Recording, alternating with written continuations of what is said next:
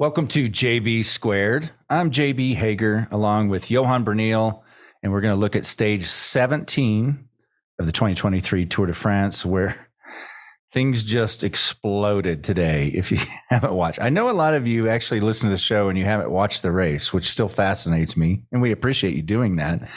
But Johan will have some insight into maybe what's going on with Tadej Pogačar. All right. Because it was a rough day if you haven't seen it. We'll get into all of that and talk about the stage winner on the Queen's stage. That's all coming up on JB Squared.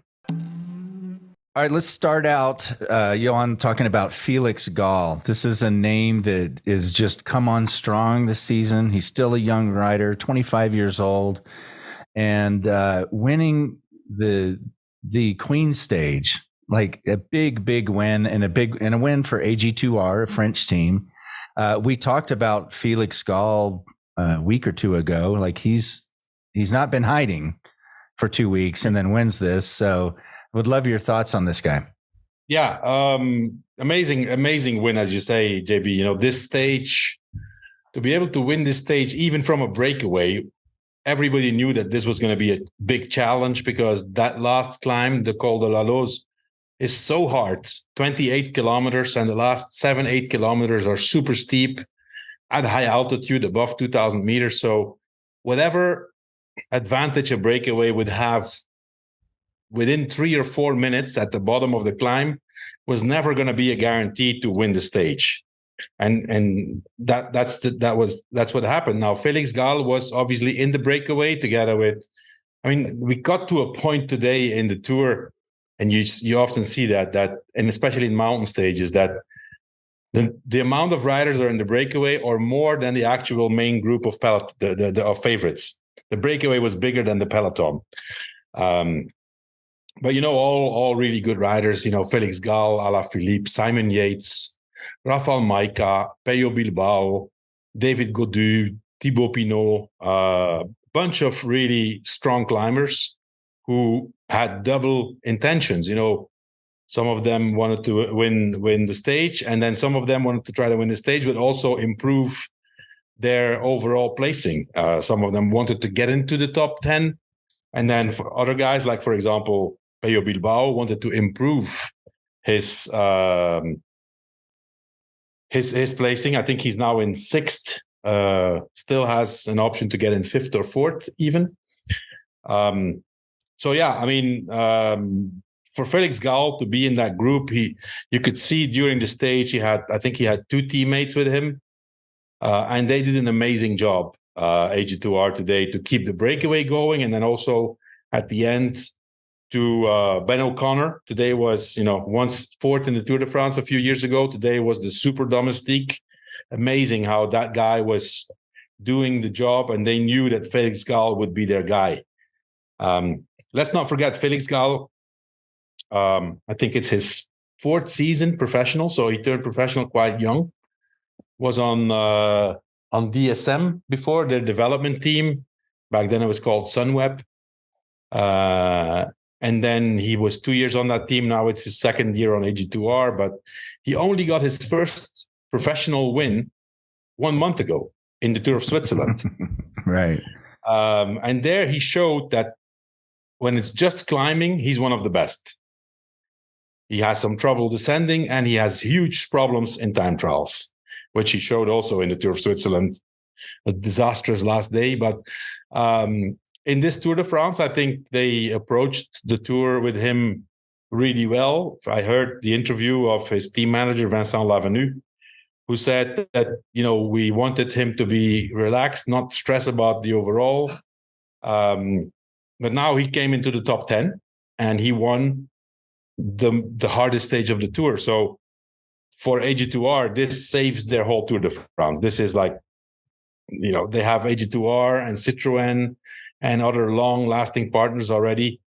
And for them, the Tour is everything. It's winning a stage in the Tour. I could see that last year when Bob Jungels won a stage.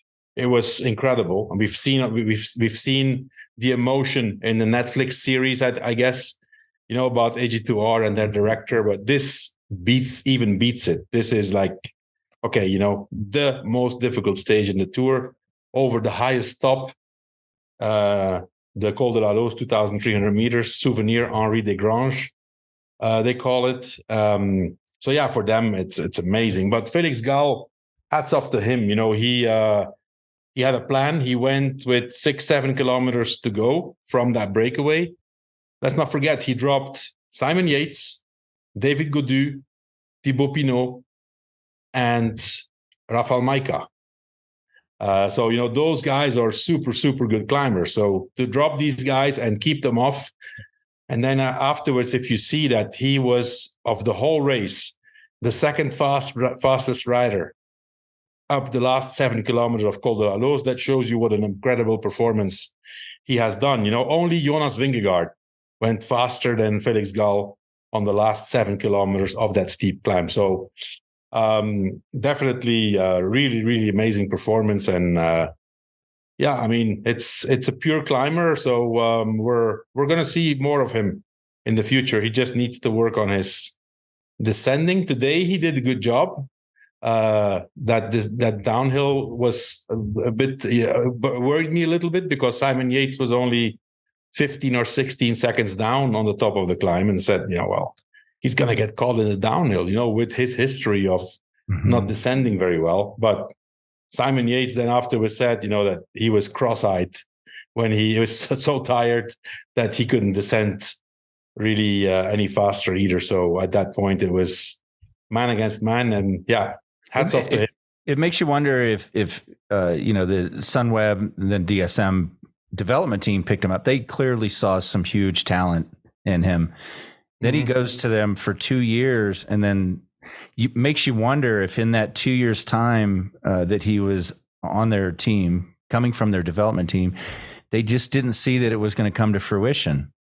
Well, I think, I would have to look back, but I can almost anticipate that this is what happened with Felix Gall. He must have been a really good climber in the under 23 category, but just a climber. And then when you come to the professional, so obviously in all the races in the under 23 category, when you're good in the mountains, you're automatically in the front because you're so strong, right? But in professionals, that's not the case. I mean, you are so messed up already if you're not handy on the bike, or if you can't ride in a peloton, or if you're suffering with crosswinds or on downhills, that the guy must have been already toast whenever he got to the final climb and didn't get any results. Because he didn't have all the essential skills he needed prior to the climb. Exactly. Yeah. He was already empty because he had to do so much effort, or he was in a wrong position, or if you get to the professionals, that it's a whole different game in terms of riding skills, and especially these typical climbers. They get to the forefront in the under 23 category automatically, but then when they get to the pros, it's war. And so I think that's probably what happened with Felix Gall, that he could not show his qualities as a climber because he was already empty before he had to come to the last climb. So he's improved, but we could still see a lack of skills, especially in the Tour of Switzerland. I was really surprised to see that he was so bad in the time trial. No, it was unbelievable. The guy was basically, I think he was in second place, or I don't know if he was maybe even leading. No, he wasn't leading. But yeah, I mean, I think he was in second place overall, and he was like 70th or something in the last time trial. So that can never happen. In this Tour, actually, he did a lot better. He did a decent time trial. I think he was up there, like in between 10th or 15th. So it was obviously it was a hard time trial. And at the end of a Grand Tour, it's not just the skills, but it's the physical freshness.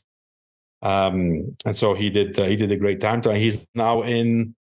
Let me see. He is trying to find it here now.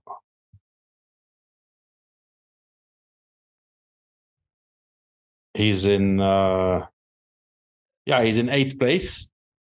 So he gained 2 places. He's probably most likely going to stay there. There's one stage left for the GC, so I can't foresee any problems him losing time there. So top 10, winning a stage, and let's not forget he is in 2nd place in the KOM after today, because there was 40 points on top of the Col de la Loze. He's only 6 points behind Giulio Ciccone. So that's going to be a very, very interesting battle still in the stage 20 for the KOM. All right, I know most people are going to spend more time on Jonas Vingegaard looking exceptional again today, just like he did yesterday in the time trial. But I think you wanted to focus more on Pogačar, his season, the classics, the broken wrist. Yeah. And you see things in his face. Something's really off. It's the story of the day, JB. The fall through of Tadej Pogačar. Yesterday, we could see that, okay, Vingegaard was on another level. That's for sure. And I think it shows the talent and the class of Pogačar. He was still 2nd in the time trial. He put 1:15 into Wout van Aert and a lot more in the rest. But you could see that something is off. You could see already yesterday, when he was going through that last time split, the look in his eyes, looking at that board, the emptiness, and also, the facial expression, and there was something off. I think today we saw that confirmed. We have a few images here that show that he's really wearing the mask of suffering, and that something's not there. That brightness that normally he has in his face is really gone. I personally think that, and he's carrying some kind of sickness around already a few days. Yesterday, if we look at the other picture here on the podium of the time trial, you can see he has a cold sore, which is already there since a few days. So obviously, that means that you're empty, you're depleted, your immune system is down, and something's not right. And if you look at today's performance, he was dropped. First of all, he was there. Let's not forget, he had a crash in the beginning of the stage. Not good, but okay. They didn't report anything, so it could have been just went down, and it didn't really bother his performance. But then all of a sudden he goes, when Jumbo-Visma was pulling in the beginning, then all of a sudden Ineos comes to the front to protect the place of Carlos Rodriguez, because you have Pello Bilbao in the front, you have Simon Yates in the front. Those guys started to threaten the 4th place of Carlos Rodriguez. Of course, Ineos starts to pull, Jumbo doesn't do anything. You have what's his name? Jonathan Castroviejo setting the tempo. A good rider, but not necessarily one of the top 15 climbers in the Tour. Then Jonathan Castroviejo peels off. Then you have Mikel Kwiatkowski setting the pace for Carlos Rodriguez. With all due respect to Kwiatkowski, but if Kwiatkowski sets the pace, that's a pace that normally 20, 30 riders in the main group will be able to maintain. And that is when Pogačar goes to the back. Next thing we see, jersey all open. Next thing we see here, like you see in my background, Pogačar is dropped and can hardly follow Marc Soler, who comes from the front. So that's not his level. That's why I'm saying there's something not right. I can personally not think that Pogačar today started the stage with the conviction and the belief that he could turn this around. Because if you're like this, you feel this already. I think he was empty yesterday, must not have had a good night's sleep, did not recover, and today was just a shadow of himself. It was this is not the level of Tadej Pogačar. He got dropped without there being an attack. Normally you would say, okay, if Sepp Kuss takes over for Jonas Vingegaard and ups the pace and prepares an attack for Jonas Vingegaard and he gets in trouble, I can say, okay. But not when one of the domestiques of Ineos is setting the pace for Carlos Rodriguez. That's not normal. Yeah, I'm guessing you would not be surprised at all if the team doctors in UAE announced that he has some kind of virus or stomach bug or something. There's something. There is something. There's something, JB. There's something not right. I mean, I also saw at the finish. Don't know if you saw it when he came over the finish. That was really painful to watch actually, because that last 600 meters was on that little airport. Normally, these mountain airports are always on a steep ramp, right? Jersey Open, he could barely make it to the finish. I don't know if you saw it. He had these kinesio tape on his stomach, which is also something that I didn't. That's the kind of tape you see people doing around their knees quite a bit, on their hamstrings. I didn't know what was going on there. So I mean, there's something these are all obviously things that those are band-aids for certain little things that are not right.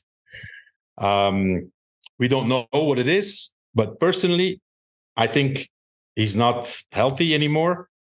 And I would not be surprised that we get the news that Pogačar all of a sudden, not maybe today, but in the next days, that he's out of the race. Something's not right. I mean, hopefully he recovers, and it would be amazing if he can still, go for stage 20 and attack and try to win the stage. It would be amazing. But once you're that low, it's difficult to recover physically and especially mentally, because for him right now, this is a huge blow. I mean, I blame his. I mean, I'm not blame. I would not want to be in the shoes of his team directors to talk to him and try to cheer him up. And what do you say? It's not easy, because at this point everybody's tired and tried to keep this guy in the race. He's in second place, but this is not what he came for. Today's show is brought to you by OneSkin. I've added this to my daily routine. And as I've told you before, at the urging of my daughter, she's like, "Dad, you're always out in the sun and we're always out on the boat, on the lake." And she's like, "You're not taking care of yourself." All right. And so I wish someone had that brutal talk with me 20 years ago. I probably would have aged a lot better. But now I'm using OneSkin, two products. One that's just daily all over my face, and then one that really helps with the bags under my eyes. But what's interesting, and the scientists at OneSkin found the OS01 peptide can reverse a skin's biological age, and it can also reduce a number of zombie cells. They're called senescent cells by up to 50%. And this is what's interesting. They spent 5 years testing almost 1,000 peptides, and they landed on the OS1.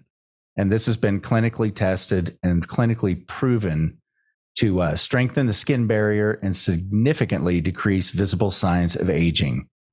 Give it a try. Add it to your routine. Take care of your skin. If you're listening to this, I know you're probably out in the wind and the sun on your bike a lot, and this will treat your skin so much better. That you can get 15% off with the code JB2, JB squared, at oneskin.co. Again, that's 15% off at oneskin.co with the code JB2. Today's show is also brought to you by Ketone IQ. That's by HVMN. And, all of us here at the We Do crew have been using them. And I started a few months ago as part of my daily routine, taking it every morning. And I can tell you a few things I've noticed. One, I used to be a 4 or 5 cup of coffee drinker. Since I started doing Ketone IQ first thing in the morning, I have a cup of coffee. One. So I'm not having that big bonk. And I've also noticed it out here when we have this heavy load during the Tour de France. We're putting out 4 shows a day. what would typically happen to me, and again, this is our 7th year doing this, we would get done with all the shows. I get back to the house and I would just be bonked. I just wanted to crash so hard. Now I get home, I'm fine. I'm ready to move on, ready to go do some stuff, go for a ride, go downtown, hang out, do whatever I want to do. I don't have that bonk. And I've also shared with you how I just feel in general, how it's helped with clarity, sharpness, just feeling better all around. Try a subscription, give it 3 months or so, and you can get 30% off that first subscription order of Ketone IQ at hvmn.com/themove. Last but not least, I want to tell you about our friends at Ventum. I now have had an NS1 for a couple of years, just picked up the GS1 a few months before heading out here to Colorado to do this. I've enjoyed riding both of them for different reasons. And, you know, I know our audience too, you guys like any excuse to add another bicycle to the quiver. If you haven't tried the GS1, you can do it as low as $29.99 with the SRAM Apex AXS. But if you have a personal preference of how you want to build out your bike, you want to upgrade that, you can certainly do that. It's very easy to do online, very easy to go through all the details, pick all the components you want, and enjoy it. And I'll give you another little fun fact here. You know, you hear us joking about Spencer. He's a numbers guy, the propeller head, as we call him. He rides the same size bike as me. Took my GS1 when he was here this past weekend. And he said, hey, I just had my second fastest time up Maroon Bells on your gravel bike, comparing it to all my road bike trips up this very same climb. So take it from him. He's a numbers guy, trust me. And he was really impressed at how well the gravel bike rides on the road as well.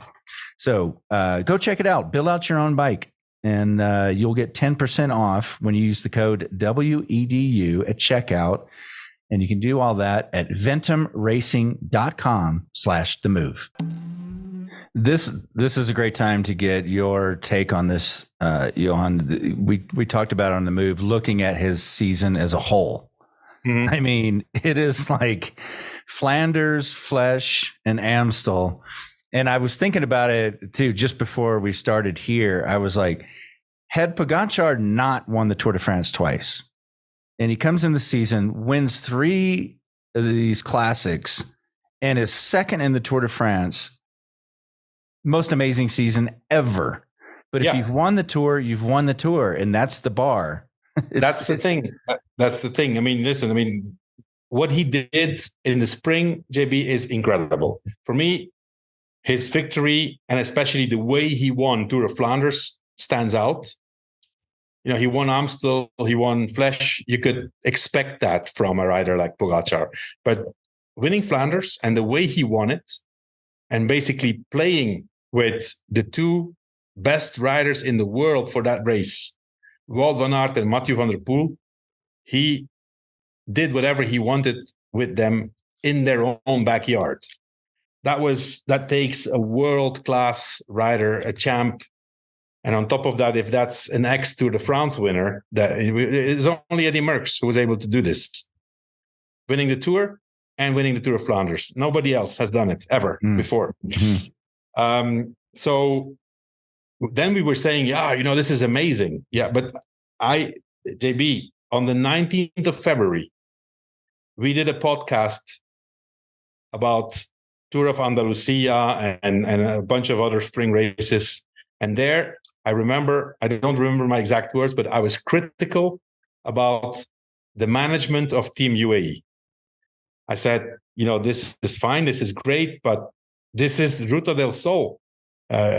He was in amazing shape already, but they wanted to try to win all 5 stages. Mm-hmm. And I don't know if that's him who wants to win it or if it's the team. But if it's him, then I remember I said, there needs to be somebody there who manages this guy and says, okay, Tadej, fine. It's great that you're in good shape, but hey, this is February. This is only the Ruta del Sol. Who knows now that he won the Ruta del Sol and almost all the stages? Who knows that he won this and this and this race? and that's and this goes completely separate from his wrist injury, right? I said it then, and I've said it during the whole spring, even at Tour of Flanders, and I know George talked about it on the move, but it's true. We met Mauro Gianetti at the start of Tour of Flanders, and he was the big favorite for that race. And I still say, against Van der Poel and Van Aert, but he says, you know what? He wants to win every single race. Tour of Flanders is a big goal. It's super nice to win. It's unique to win, and it's probably historic for him. He already won the Tour. Now he won the Tour of Flanders. But then I'm thinking, JB, what about his sponsors? Team UAE is a team, they want to be the best in the world. They want to be the best in the world in everything. Yeah, they wouldn't have gotten into cycling unless that was the plan, like to build a Tour de France What's the champion. best in the world is winning the Tour. And especially after you've won 2 times the Tour de France, there's nothing else than winning the Tour again and again and again that's going to match. It's now, let's say if we stop the season now, any team, any rider would say, this is our greatest season ever. We won this, we won Paris-Nice, we won Flanders, we won Amstel Gold Race, we won Flèche Wallonne, we won this, but not them and not Pogačar. Once you've won the Tour, and you won it several times, only winning the Tour again, or let's say he does another season and he doesn't do the Tour and wins the Giro and the Vuelta, that's the only thing that can match winning the Tour. And so we all know, JB, that when he won the Tour in 2020 and he won the Tour in 2021 in Dubai, they have the tallest building in the world, the Burj Khalifa. It was lit up in the colors of Team UAE and Tadej Pogačar in the yellow jersey. That's not happening when you win the Tour of Flanders. Yeah, I mentioned that, I think yesterday. Well, they take such pride in lighting up that building. I couldn't remember the name of it in my head at the moment. I kept thinking Wiz Khalifa. I'm like, no, that's a rapper. Mia Khalifa. No, that's a porn star. Burj Khalifa. Yeah, that Burj Khalifa. Burj Khalifa. Burj is tower. Yeah, and it's that, to your point, that is the UAE showing the world that we can dominate. This is the only picture that counts. At least that's what I take away from it. And with all due respect, they have an amazing team and they have really good riders and they did really good races. But at the end of the day, if I go back, JB, to the postal years, we won the Tour in '99, and then we won. At least as far as I've seen it on the road. If you look on certain internet sites, it didn't happen, but still, it did happen. Right. We won 99, 2000, 2001. From then on, JB, there was never any season where I could have imagined not winning the Tour and our sponsors being satisfied. Once you are in that, you need to win as much as you can. Being second is a failure. Well, even with you as a director, and you continued on with other programs, that was the expectation of you as well. Yeah. You're the Tour de France, the master of that. That same that same weight was on your shoulders, no matter what team you were. Yeah, absolutely, yeah. Because 2007 we won, 2009 we won, after Lance had retired, right? But yeah, something. I think personally, and let's not forget, to his credit and to the credit of Team UAE. Let's not forget the biggest problem in all of this, of course, has been his crash in Liège-Bastogne-Liège, his recovery, his surgery, his recovery needed to heal up, and his time trial race, basically, to get ready for the Tour. He was doing a race against the clock to be ready for the Tour. So that's far from ideal.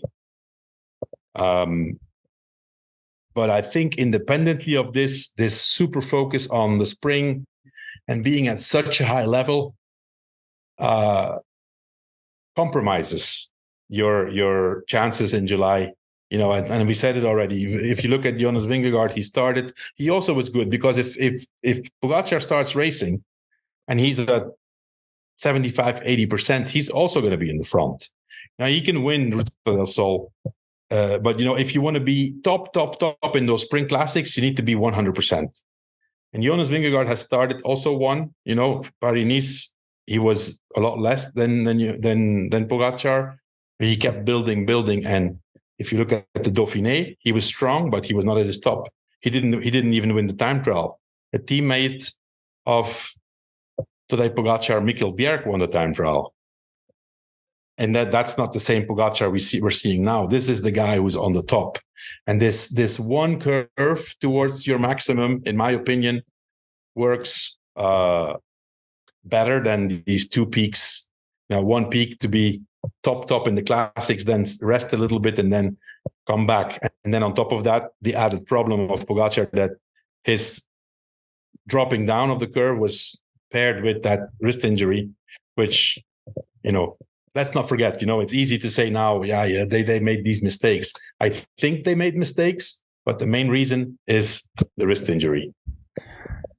What might shut everybody up is if he goes home, gets healthy, and shows up and wins the world championships. Everyone would go, "Oh my God!" Well, first, we're going to see how he can recover now. Once you're if you're in the Tour and you're empty, and you keep dragging yourself, it's physically it's hard, but especially mentally. I think the most important challenge for him is going to be how he can recover mentally from the Tour de France. And then, of course, the World Championships is a different race. It's a hard race always. It's a long race, but it's completely different. It's countries. There's a strong Dutch selection. There's a strong Belgian selection. The Danish are strong. Slovenian team is they have good riders, but I don't think they can match these big, strong selections. But yeah,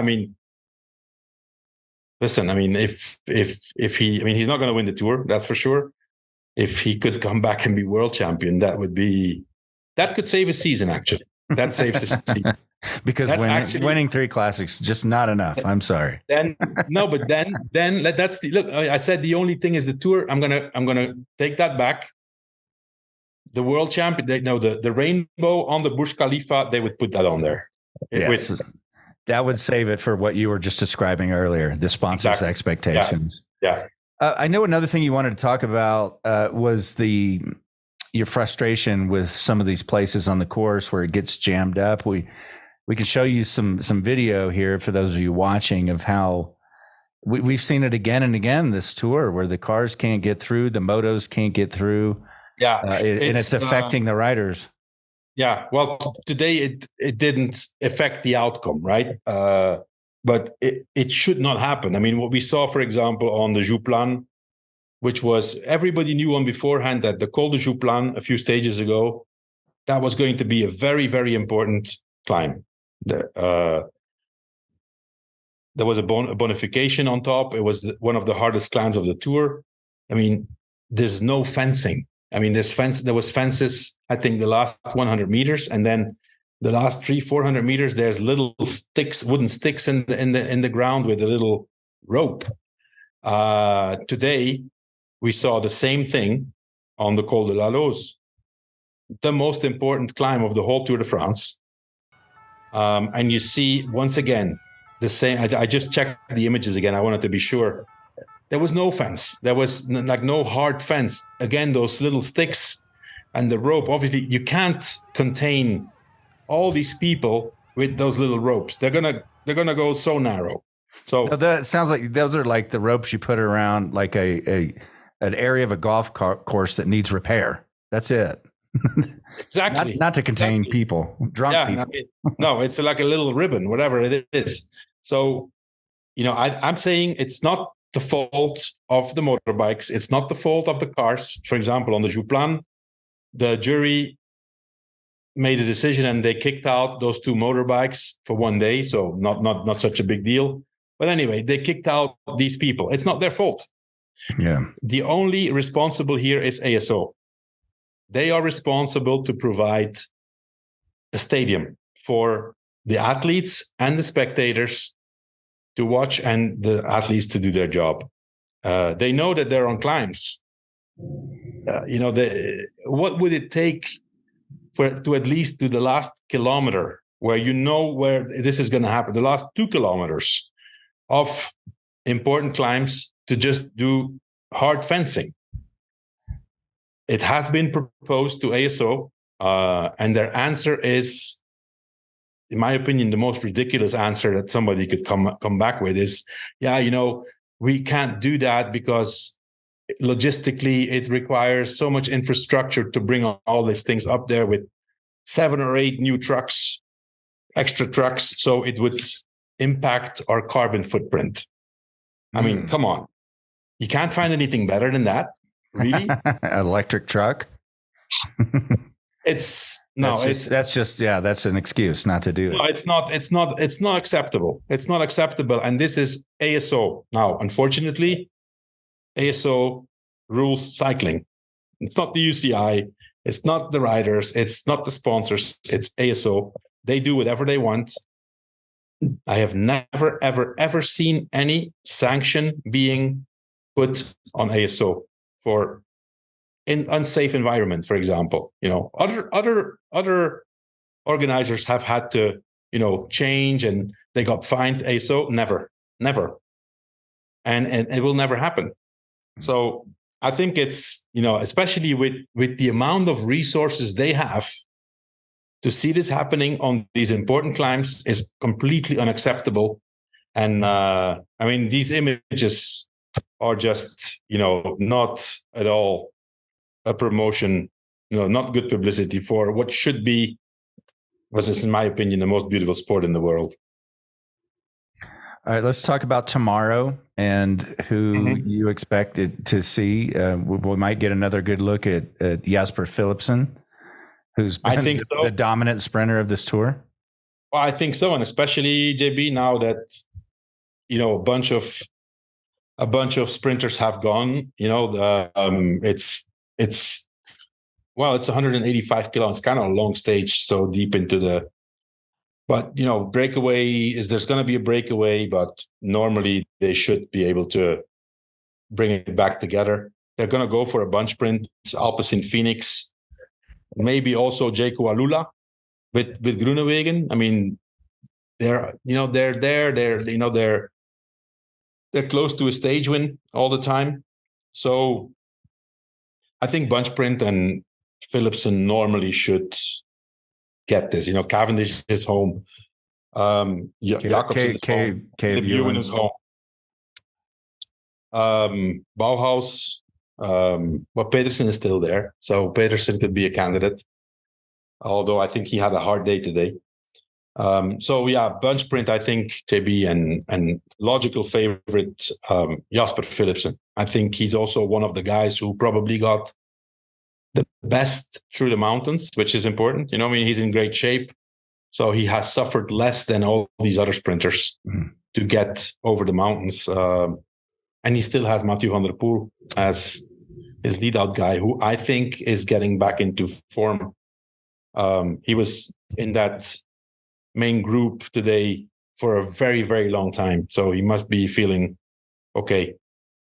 Will Wout van Aert be in the mix there? Sorry, forgot Wout van Aert. I want him to get a win this tour. He has been, luck has not been on his side. He deserves a win. Although I think, for tomorrow, he definitely can be up there. If he can beat Philipsen, that I don't know. Because you can start to see signs of fatigue in Wout van Aert. He's done so much that today, for example, he got dropped before we would expect Van Aert to get dropped. But he had done a lot of work already. But he's going to be up there, Wout van Aert. I still think Philipsen is the fastest guy, and it should be, if logic prevails, then Philipsen wins the stage tomorrow. And you can hear Johan and Spencer break that down even more on outcomes with their predictions for tomorrow. You can get that through your season pass. We got it right today with Felix Gall. That's what I heard. Yeah, I didn't get a chance to listen to it yesterday, and that was paid out really well, I'm guessing. Yeah, Spencer picked Felix Gall, and I picked Thibaut Pinot to win from a breakaway, and both of them were in the breakaway. So. Mm-hmm. Okay, here's our Ventum trivia for a chance to win an NS1 complete road bike, an amazing bike, by the way. And it's just fun. It's free to enter. You can just send in your answers. The question from yesterday was, who is the only person to run a sub 4-minute mile and complete the tour?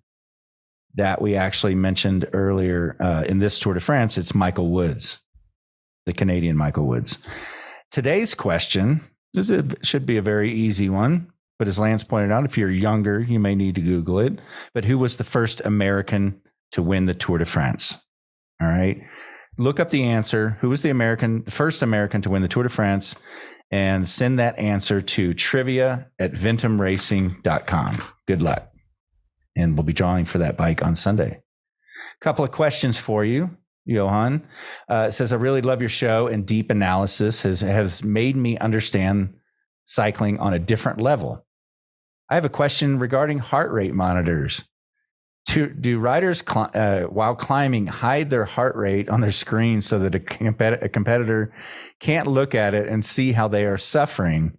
I know that every rider has different heart rate zones, but looking at the computer screen while riding might give an insight if they're having a bad day. That's from, I'm sorry if I butcher your name, Matjaz. I don't know.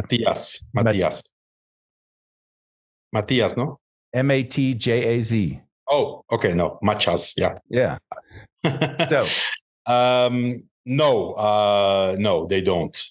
Well, I mean, there's different pieces of information on one screen. As you point out, heart rates are very different. And let me tell you, it's going to be a lot easier to know that your competitor is on the limit by listening to his breathing, like than looking at the heart rate. No, there's no reason to hide that because it's super individual. Yeah, I just thought it was a fun question. Yeah, and here's another one. Please ask Johan to comment on this. It was a quote from Jonas Vingegaard yesterday. He said, I was riding so well, I thought my power meter was overreading. And he says, they go on to say, I mean, from previous tests, what is your maximum power you can sustain on this course? And now Jonas, in the most important stage, goes 110% and rides by feel, risking to blow up. Thank you so much. And P.S., please tell Johan, I fell in love with Belgium since I visited Flanders 2 years ago, or 2 years in a row for the Tour of Flanders and pro race. Best regards, Andrzej Zwolenski. There you go. What were your thoughts on that? Andres can maybe join us next year for our Tour de Flanders, the move. Yeah. Okay. So, Jonas going 110%. I think personally, and that's also what Jonas said yesterday after his time trial. He felt like he was flying. I think he was on one of those days which you as a cyclist, you have very seldom in your career that you can just do anything. You're doing something and you're going, and then afterwards, for sure, Vingegaard will have said, how the hell did I do this? So there are those kind of days when you're kind of in a state of you can do anything. And to me, it seemed like he was on one of those days. He personally said it was the best day on a bike. The best he ever felt on a bike in his life. And so then, you kind of have to say, I need to hold back a little bit. And he was holding back, but he was still going super, super fast. I think that's the reason also why he went so fast on that last climb, because I mean, you could see the moment he started, he was on a mission. The demeanor was completely different than Pogačar. He was going to war. And then when you start to hear those split times, it's like, wow, this is really happening. It's not my power meter. This is really happening. And so yeah, I mean, I think personally he was on a miracle day yesterday.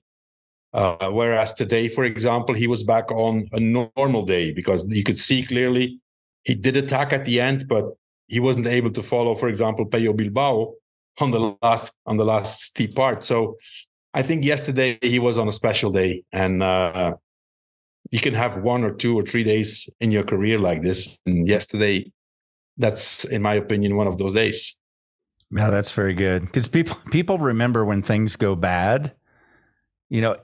But when everything's aligned and it all works, that's incredible. There are days, every cyclist will have some of those days and say, wow, I don't know how I did this today, but it was amazing. Awesome. Yeah. Thank you, Johan. If you have a question for Johan for one of the remaining few shows, please send it in, JB2, JB2 at wedo.team. And we will be back tomorrow, Johan. Thank you so much for your time. Okay, JB.